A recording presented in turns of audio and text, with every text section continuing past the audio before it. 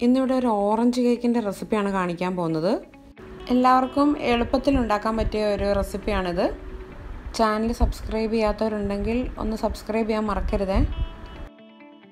ഈ orange cake ഉണ്ടാക്കുമ്പോൾ orange citrus അല്ലെങ്കിൽ ഓറഞ്ച് നേവൽ എന്ന് പറഞ്ഞ പേരിൽ ഓറഞ്ച് കിട്ടും.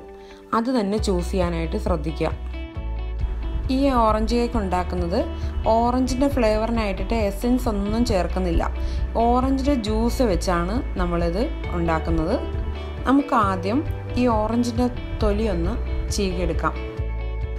ഓറഞ്ച് ഇങ്ങനെ ഗ്രേറ്റ് ചെയ്യുമ്പോൾ ഒരു കാര്യം പ്രത്യേകം ശ്രദ്ധിക്കണം. അതിൻ്റെ ഏറ്റവും പുറമേ ഉള്ള ഭാഗം മാത്രം ഇങ്ങനെ ഗ്രേറ്റ് ചെയ്തെടുക്കുക. വൈറ്റ് ഭാഗം വരാൻ പാടില്ല. വൈറ്റ് ഭാഗം വന്നു കഴിഞ്ഞാൽ കേക്കിന് കയ്പുണ്ടാവും. ഇങ്ങനെ 3 ഓറഞ്ചിൻ്റെ തൊലി ഇങ്ങനെ ഗ്രേറ്റ് ചെയ്തെടുക്കുക. ഈ പിക്ചറിൽ കാണുന്ന പോലെ ജസ്റ്റ് ആ ഓറഞ്ച് ഭാഗം മാത്രം എടുക്കുക. ഈ ഓറഞ്ച് കേക്കിൻ്റെ റെസിപ്പിയിൽ ഇതുപോലെയുള്ള 3 ഓറഞ്ചിൻ്റെ സ്കിന്ന് നമുക്കിങ്ങനെ ഗ്രേറ്റ് ചെയ്തെടുത്ത് വയ്ക്കാം. അതിനുശേഷം ആ 3 ഓറഞ്ചിൻ്റെ ജ്യൂസ് ഒന്ന് എടുത്ത് വയ്ക്കാം. 3 ഓറഞ്ചിൻ്റെ ജ്യൂസ് ആവശ്യമില്ല, നമുക്കൊരു 1/2 കപ്പ് ജ്യൂസ് മതി. അത് നിങ്ങൾക്ക് 2 ഓറഞ്ച് കൊണ്ട് 1/2 കപ്പ് കിട്ടുമെങ്കിൽ അതെടുത്ത് വയ്ക്കുക. ഒരു കേക്ക് നമ്മൾ ബേക്ക് ചെയ്യുന്നതിന് മുമ്പായിട്ട് ഫസ്റ്റ് സ്റ്റെപ്പ് എന്ന് പറയുന്നത് അതിൻ്റെ ടിന്ന് പ്രിപ്പയർ ചെയ്യുക എന്നുള്ളതാണ്. ടിന്ന് പ്രിപ്പയർ ചെയ്യുക എന്ന് പറഞ്ഞാൽ അതിൽ 2-3 തരത്തിൽ ചെയ്യാം. അതിലേറ്റവും എല്ലാവർക്കും പറ്റിയ രീതിയിലുള്ള ഒരു ടിന്ന് പ്രിപ്പറേഷൻ മെത്തേഡാണ് ഞാൻ ഇവിടെ കാണിച്ചു തരുന്നത്. ഇതിപ്പോൾ ഒരു 10 ഇഞ്ചിൻ്റെ കേക്ക് ടിന്നാണ് ഞാൻ ഈ കേക്ക് ഉണ്ടാക്കാൻ വേണ്ടി എടുത്തു വെച്ചിരിക്കുന്നത്. അതിൻ്റെ താഴത്തെ വട്ടത്തിനനുസരിച്ച് ഒരു ബട്ടർ പേപ്പർ കട്ട് ചെയ്ത് ഇടുക. അതിനുശേഷം അതിൻ്റെ ചുറ്റിലും ഇതേപോലെ ആ ടിന്നിൻ്റെ പൊക്കം അനുസരിച്ച് വീതിയിൽ അടുത്ത ബട്ടർ പേപ്പർ അങ്ങനെ കട്ട് ചെയ്തിടുക. ഇങ്ങനെ കട്ട് ചെയ്ത് വെച്ചിരിക്കുന്ന ബട്ടർ പേപ്പറുകൾ ആദ്യം ടിന്നിൽ മയം പുരട്ടി അതിനുശേഷം ഈ ബട്ടർ പേപ്പർ എല്ലാം ചുറ്റിലും നടുക്കും എല്ലാം വെച്ച് അതിനുശേഷം അതിൻ്റെ ഉള്ളിൽ വീണ്ടും മയം പുരട്ടുക. മയം പുരട്ടാൻ വേണ്ടി ഞാനിവിടെ ഉപയോഗിച്ചിരിക്കുന്നത് സൺഫ്ലവർ ഓയിലാണ്. ബട്ടർ വേണമെങ്കിൽ യൂസ് ചെയ്യാം. ഇപ്പോൾ ടിന്നെല്ലാം പ്രിപ്പയർ ആയിട്ടുണ്ട്. ഇതിനെ ഒരു സൈഡിൽ മാറ്റി വയ്ക്കാം. ആദ്യം നമുക്ക് ഈ കേക്കിന് വേണ്ടിയിട്ട് 2 കപ്പ് മൈദയാണ് ഇവിടെ ഞാൻ എടുത്തു വെച്ചിരിക്കുന്നത്. കേക്ക് ഉണ്ടാക്കുമ്പോൾ പ്രത്യേകം ഒരു കാര്യം ശ്രദ്ധിക്കണം. മെഷറിംഗ് സ്പൂണുകളും മെഷറിംഗ് കപ്സും തന്നെ യൂസ് ചെയ്യാൻ ശ്രദ്ധിക്കുക. അടുത്തതായി ബേക്കിംഗ് പൗഡർ 3 ടീസ്പൂണും 1/2 ടീസ്പൂൺ ഉപ്പുമാണ് എടുത്തു വെച്ചിരിക്കുന്നത്. അടുത്തതായി 4 മുട്ടയാണ് വേണ്ടത്. റൂം ടെമ്പറേച്ചറിലായിരിക്കണം എല്ലാ ഇൻഗ്രീഡിയൻസും. ഇതിനു വേണ്ടി 1/2 കപ്പ് പഞ്ചസാര പൊടിച്ച് ഇവിടെ എടുത്തു വെച്ചിട്ടുണ്ട്. ഇത് 1/2 കപ്പ് സൺഫ്ലവർ ഓയിലാണ്.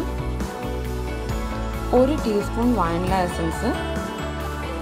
ഓറഞ്ചിൻ്റെ ഫ്ലേവറിന് വേണ്ടിയിട്ട് എടുത്തു വെച്ചിരിക്കുന്നതാണ് ഈ ഗ്രേറ്റ് ചെയ്ത് വെച്ചിരിക്കുന്ന ഓറഞ്ചിൻ്റെ തൊലിയും 1/2 കപ്പ് ജ്യൂസും.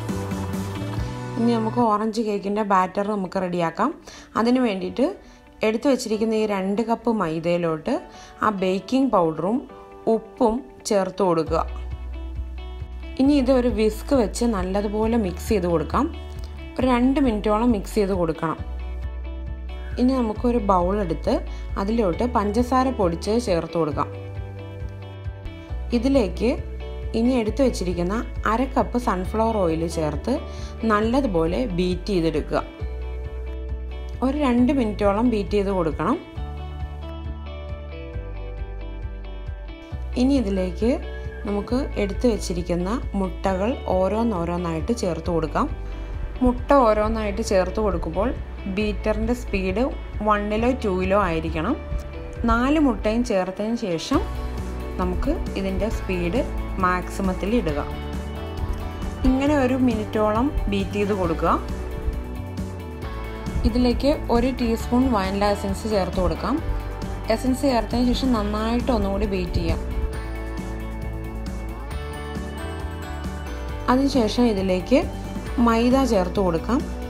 മൈദ, ബേക്കിംഗ് പൗഡർ, ഉപ്പും ചേർത്ത് നമ്മൾ ഇളക്കി വെച്ചിട്ടുണ്ടല്ലോ, അത് നമുക്ക് ചേർത്ത് കൊടുക്കാം.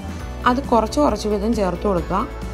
ഓരോ തവണ ചേർക്കുമ്പോഴും അല്പം ഓറഞ്ച് ജ്യൂസും കൂടി ചേർത്ത് ബീറ്റ് ചെയ്ത് കൊടുക്കുക. ഹൈ സ്പീഡിലായിരിക്കണം ബീറ്റ് ചെയ്യുന്നത്, അത് പ്രത്യേകം ശ്രദ്ധിക്കണം.